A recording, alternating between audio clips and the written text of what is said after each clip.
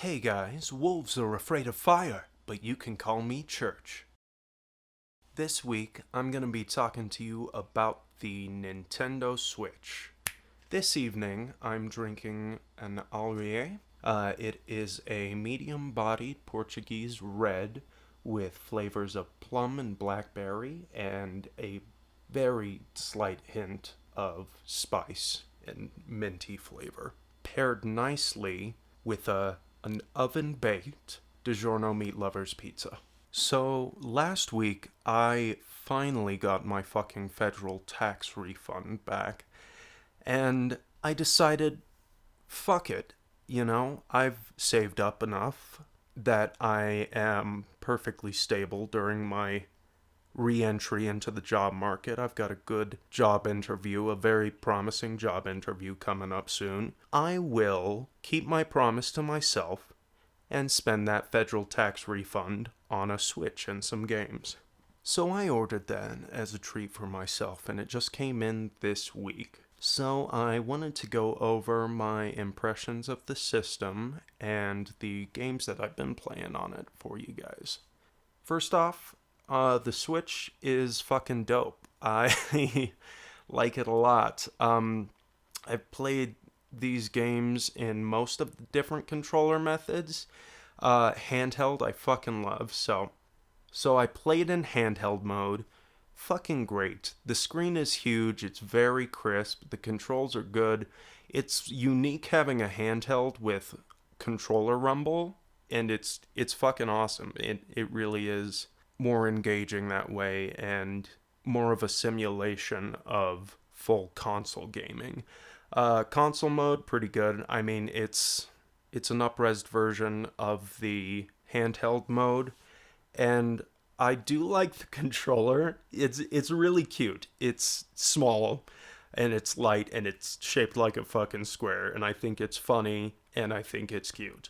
Now, it's definitely not my favorite controller. Honestly, Xbox 360 controller, best controller ever made. And this is way smaller, way lighter, doesn't have as tactile buttons, but it does the fucking job just fine. And I did play like in the Wii Remote nunchuck mode, like just both Joy-Cons separated out from the controller. And I mean that's fine. It's not ideal. It doesn't feel as good, but you can do it. Now, I've not had any friends over, so I wasn't able to play as like the two player with just the Joy-Con, so I'm not sure how well that works, but I will test that out and maybe let you know on the next podcast how that feels. But as of now, I don't fucking know. Now into the control group. The first game that I got for the Switch was one you would probably be able to guess if you have listened to all of the podcasts. It is, of course, Dragon's Dogma Dark Arisen. Now, this one I actually had played on handheld because I've had a Vita for a long time. I really love the PS Vita. And you can play System Link off of your PS4. And Dragon's Dogma has like the Vita control compatibility, so I played that a shit ton on my Vita, but I live in rural Colorado, so my internet is absolute horseshit. So I always had tearing, resolution, and stuttering problems on there, but I love the fucking game, I'm good at it. So it wasn't hugely problematic, it was just cool to have it on my handheld. But it is so much better playing it on the Switch in handheld mode. Now, the textures are about the same level as the HD texture pack on Xbox 360, and there is quite a bit of pop in, but it's so much smoother than playing on a shitty internet connection with Vita that it was totally worth it. Happy for the purchase. Even plugged in and connected to the TV, it does look worse than the PS4 and Xbox One's versions, but I don't hold that against it at all. It's still perfectly playable looks pretty good. Still, highly recommend Dragon's Dogma for anyone. Your mother, your grandmother, her niece, fucking anyone. Henry, you hear me? Fucking play Dragon's Dogma. Of the 5 titles I'm going to talk about today, there's only one that I've never played before, and there is no franchise that I don't have experience with. So, getting into that, I'm going to say that I'm a huge Elder Scrolls fan. But I'm not going where you think I'm going. I didn't buy Skyrim for the Switch. I did, however, pick up the free download of the Elder Scrolls Blades. Now, I actually participated in the beta of Blades when it first came out on iOS, and I was very uninterested there. But truth be told, I actually quite enjoyed it on the Switch. I'm not saying it's a good game and you should get it, but I did give them $5 for like a treasure chest thing, because I did feel like it wasn't as obnoxious a Skinner box as these mobile ports generally are. So it was okay. Wine drunk doesn't count, kids. So, the next game I bought was the Borderlands Legendary Collection, which I have a long and storied history with Borderlands. I played the first game until the disc started coming apart. So much that the internal heat of my Xbox 360 started pulling apart the disc for the original Borderlands. I got to the point where in my freshman year of high school, I could speed run the vanilla game of Borderlands in approximately 5 hours. Now, I wasn't part of the community. You can call me out for that. No recordings or anything, but I love the fuck out of the Borderlands series. So, obviously, I have experience handheld with Borderlands 2.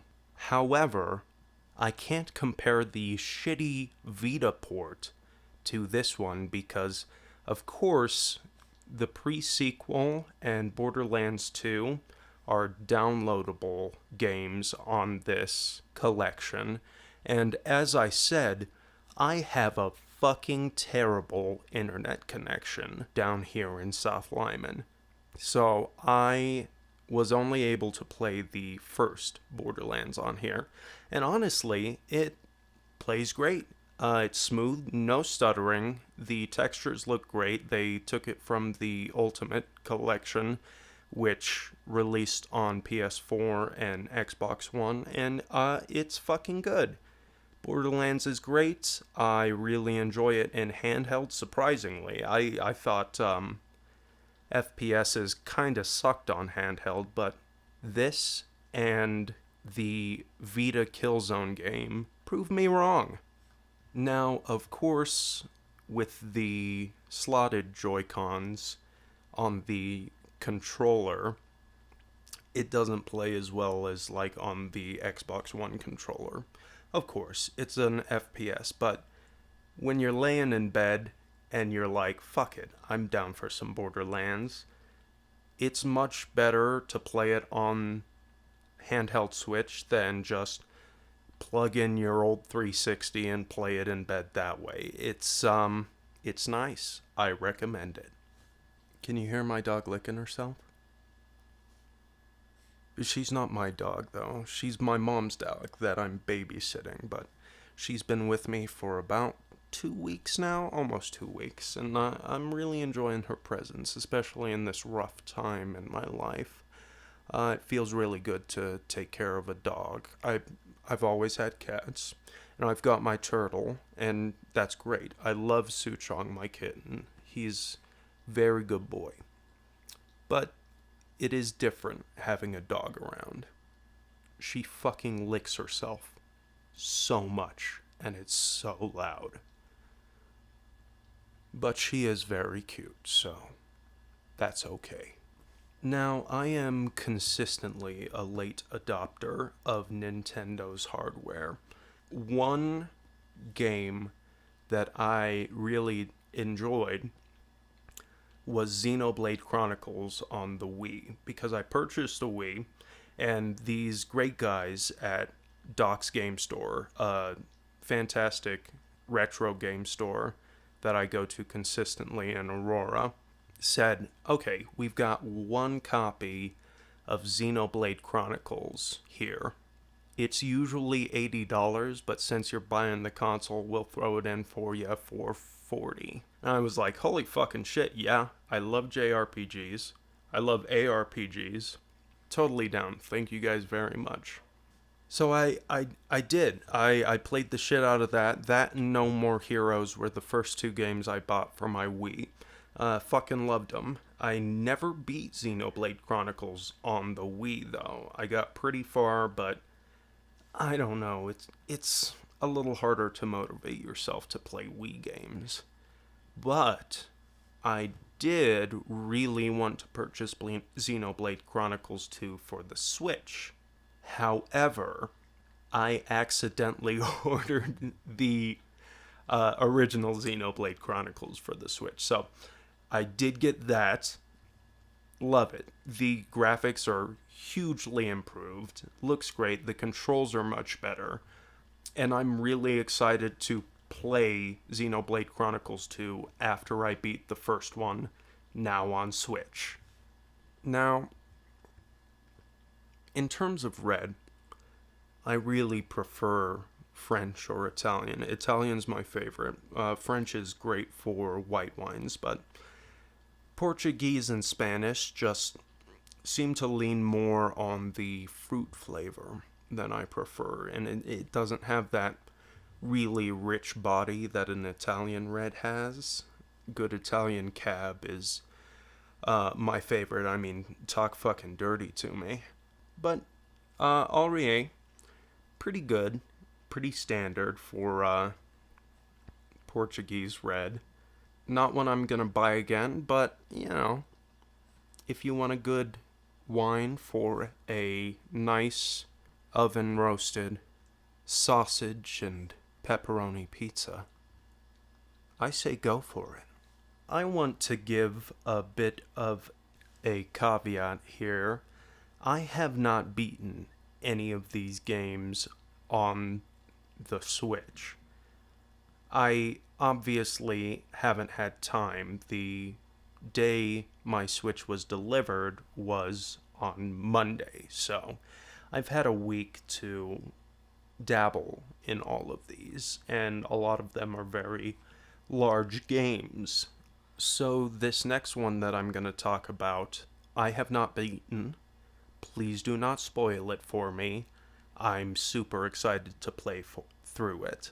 I was first introduced to Swery 65 when discussing Shadows of the Damned and No More Heroes on a Suda51 forum, and somebody suggested that if I really dug his style, I might also be into Deadly Premonition.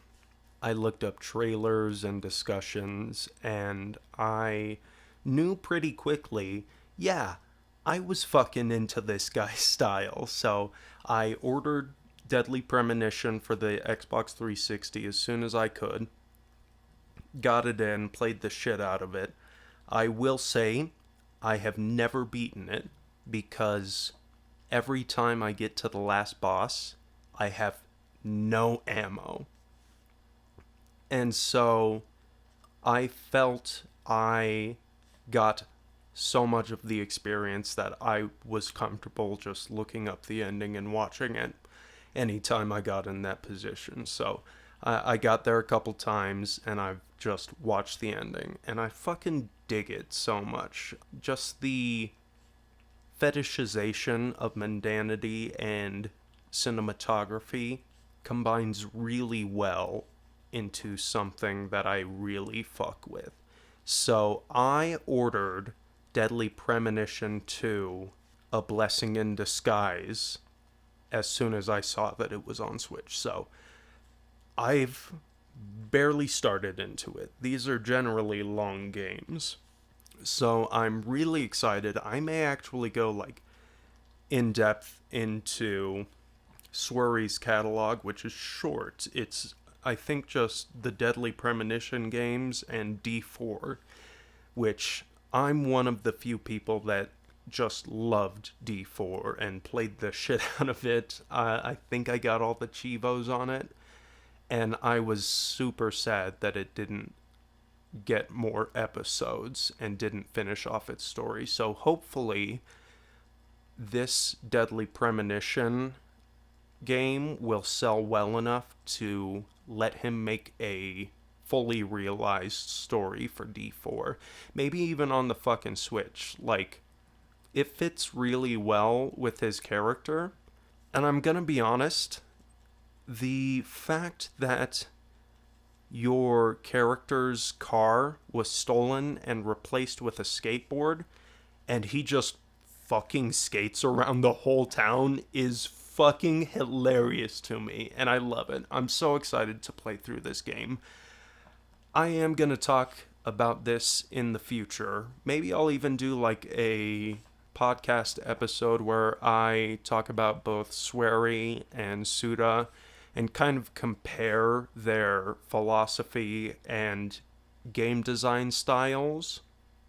Let me know in the comments below if you'd be interested in that, because I do find that both of them have interesting things to say in interesting ways, but they are very different at the base of that. So I'd be interested in doing that. Let me know. You can always hit me up on Twitter or Instagram. Both of those places I'm at its_just_church. Or you can email me if you want to be more direct. And that email is churchonmondaypod@gmail.com. I'm looking forward to my job interview here Tuesday, so it'll be the day after this releases. I may let you guys know how... you're gonna hear how that goes. So tune in next time to hear my life saga and continue down this road of shit I enjoy. This is the Church on Monday podcast. I hope you have a fantastic week. Love you. Bye. No tears. Don't fuck with more yet. Take what you can get. You're not my girlfriend.